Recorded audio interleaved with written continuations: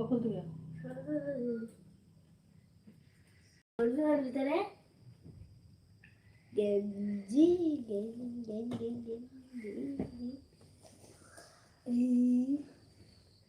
আমার ডাক্তার যাওয়া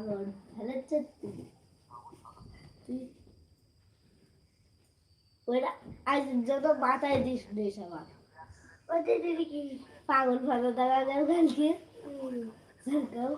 আজকে পাগল ফাগল দেখা যায় যদি এইসব এই যেটা আমার একটা স্যার আর রোজি ভাই